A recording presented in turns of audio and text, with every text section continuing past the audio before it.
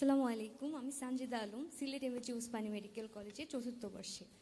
আমার প্রশ্ন হচ্ছে, এই বাংলাদেশে রোগীর তুলনায় সরকারি হাসপাতালের বেড অনেক কম, যার কারণে রোগীরা মেঝেতে শুয়ে চিকিৎসা নিচ্ছেন।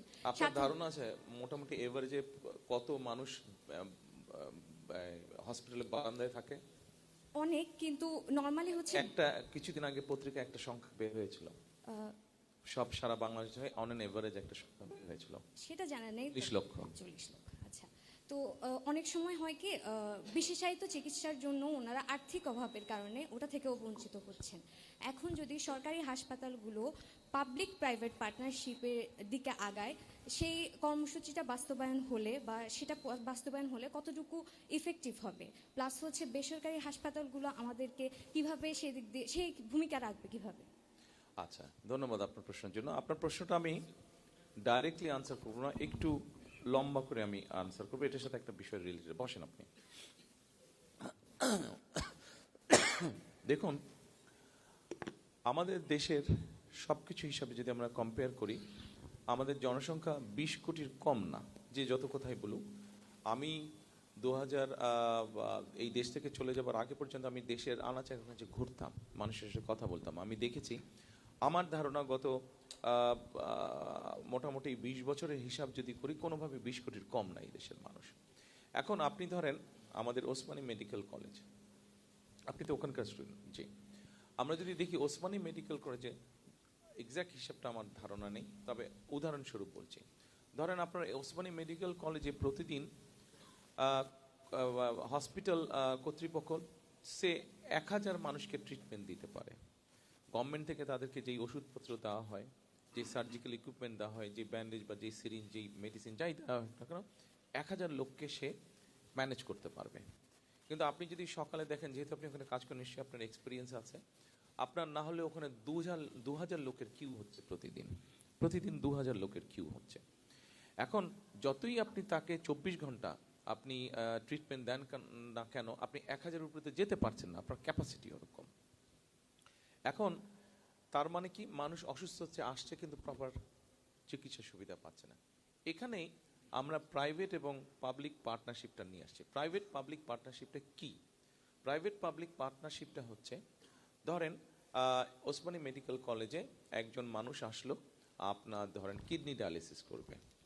তো কিডনি ডায়ালিসিস করার জন্য একটা মেশিন আছে, আমি শিওর একটার বেশি মেশিন আছে, আমরা উদাহরণ হিসাবে ধরছি বোঝানোর জন্য, একটা মেশিন আছে।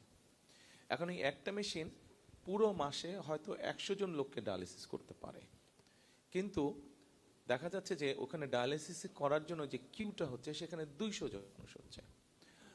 আমার ঠিক প্রাইভেট এখানে নিশ্চয়ই এরকম হসপিটাল আছে যাদেরও একই ফ্যাসিলিটি আছে। কোন একটা নাম বলতে পারবেন private hospital? Sorry, north east medical. আচ্ছা, ধরেন নর্থ ইস্ট মেডিকেলেও ডায়ালিসিস মেশিন আছে। সেই ডায়ালিসিস মেশিনের ক্যাপাসিটি হচ্ছে 100 জন মাসে।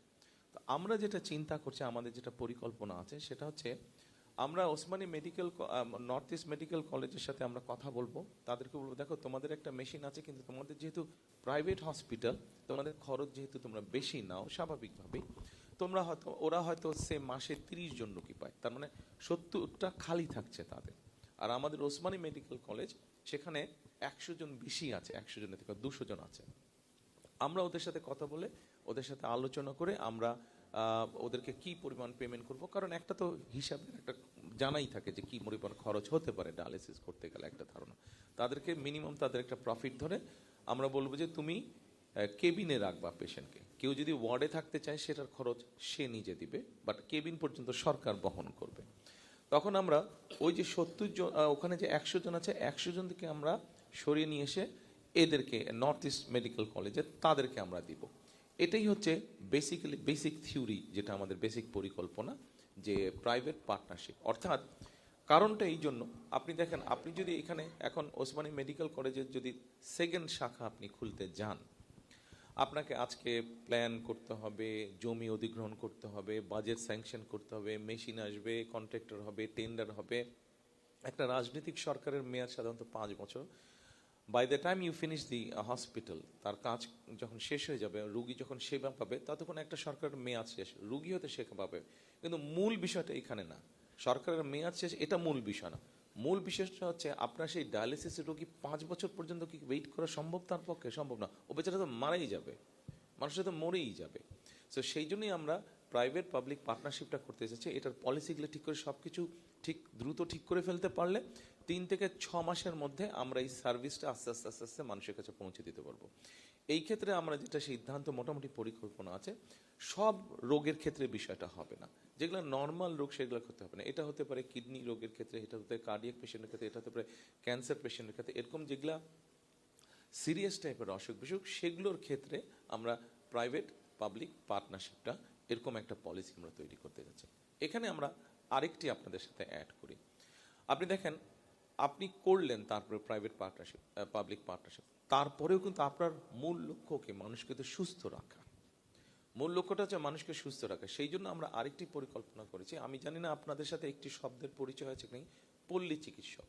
বিএনপির প্রথম আমলে শহীদ রাষ্ট্রপতি জিয়াউর রহমানের সময় সারা দেশে গ্রামের মানুষ যাতে বেসিক স্বাস্থ্য সুবিধাটা পায়, সেই জন্য পল্লী চিকিৎসক নামে বেসিক ট্রেনিং দিয়ে তারা মানুষের ঘরে ঘরে, গ্রামে ঘরে ঘরে যেত, বেসিক যে ট্রিটমেন্টটা সেটা প্রোভাইড করতো। আমরা ঠিক সেটার আদলে আমরা হেলথ কেয়ারের অ্যাপয়েন্ট করতে চাই। হেলথ কেয়ারের অ্যাপয়েন্ট করে এই হেলথ কেয়ারদেরকে আমরা একটা বেসিক মেডিকেল ট্রেনিং দিব, হাইজিন ট্রেনিং দিব। আমরা ছোটোখাটো অসুখ বিসুখ হলে তারা মানুষের ঘরে ঘরে গিয়ে সেবাটা দিতে পারবে। বড় কোনো যদি অসুখ হয় যেটা তার মনে হবে যে সেটা তার আয়ত্তের বাইরে, তখন সে রেফার করবে। এটা রেফারেল সিস্টেম আস্তে আস্তে ডেভেলপ করবো আমরা, সেটা তখন তারা রেফার করবে। এখন এই যে যাবে, যে তারা ঘরে ঘরে যাবে, মানুষকে ট্রিটমেন্ট দিবে, হাইজিন শেখাবে, এখানে গিয়ে তারা মানুষকে অ্যাওয়্যার করার চেষ্টা করবে যে ঠিক আছে, এইভাবে লাইফস্টাইল খাওয়া দাওয়া হওয়া উচিত, যে আপনি চিনি বেশি খাবেন না, মিষ্টি বেশি খাবেন না, তাহলে ডায়াবেটিস থেকে রক্ষা পাবেন। আপনি ভাজা পোড়া এই ধরনের জিনিসগুলো খাবেন না, গরুর গোশত, চর্বি টর্বি এগুলা বাদ দিয়ে খেতে হবে। তার শাক সবজি বেশি খাবেন, গ্রিন ভেজিটেবল চেষ্টা করবেন বেশি খাওয়ার জন্য। তাহলে যেটা হবে সেটা হচ্ছে যে তাহলে কার্ডিয়াক সমস্যা কম হবে। এই ধরনের বিভিন্ন বিষয়গুলো মানুষকে অ্যাওয়্যার করবে। কেন অ্যাওয়্যার করবে, কেন অ্যাওয়্যার করা প্রয়োজন, মানুষকে কেন এই বিষয়গুলো জানানোর প্রয়োজন? কারণ ওই যে ওসমানী মেডিকেল কলেজে প্রতিদিন 2000 কিউ হচ্ছে, ওই কিউটাকে আমরা কমিয়ে আনতে চাইছি। আমরা ওই লাইনটাকে ওসমানী মেডিকেল কলেজের ক্যাপাসিটি হচ্ছে 1000 মানুষকে ট্রিটমেন্ট দেওয়ার প্রতিদিন। আমরা যদি এই কিউটাকে ধীরে ধীরে ধীরে ধীরে কমিয়ে আনতে পারি, আপনি তাহলে কিউটাকে কমিয়ে আনলে সরকারের উপরে খরচ কম পড়বে, প্রেশারটা কম পড়বে, খরচের স্টেটের খরচটা কম পড়বে, এবং যেই মানুষগুলো যাবে ট্রিটমেন্টের জন্য সেই মানুষগুলো আস্তে আস্তে বেটার ট্রিটমেন্ট পাবে এরকম। এবং আমাদের বোন যে বললো যে হসপিটালের বারান্দায় মানুষ শুয়ে থাকে বেডের অভাবে, সেটার পরিমাণও আস্তে আস্তে আস্তে কমে আসবে। এটা যে 1 সপ্তাহ, 1 বছর, 2 বছরই যে ব্যাপারটা হয়ে যাবে তা না। আপনি যখন শুরু করবেন কাজটা, পলিসি নিয়ে যখন কাজ শুরু করবেন, সময় লাগবে, কিন্তু আমরা কনফিডেন্ট ইনশাল্লাহ। আমরা সকলে মিলে যদি কাজ করি, আপনাদের মতন ইয়াং ডাক্তাররা যখন ফুল ফ্লেজেড ডাক্তার হয়ে আপনারা কাজ করবেন, আমরা ওই গোল আমাদের ইনশাল্লাহ অ্যাচিভ করতে পারবো।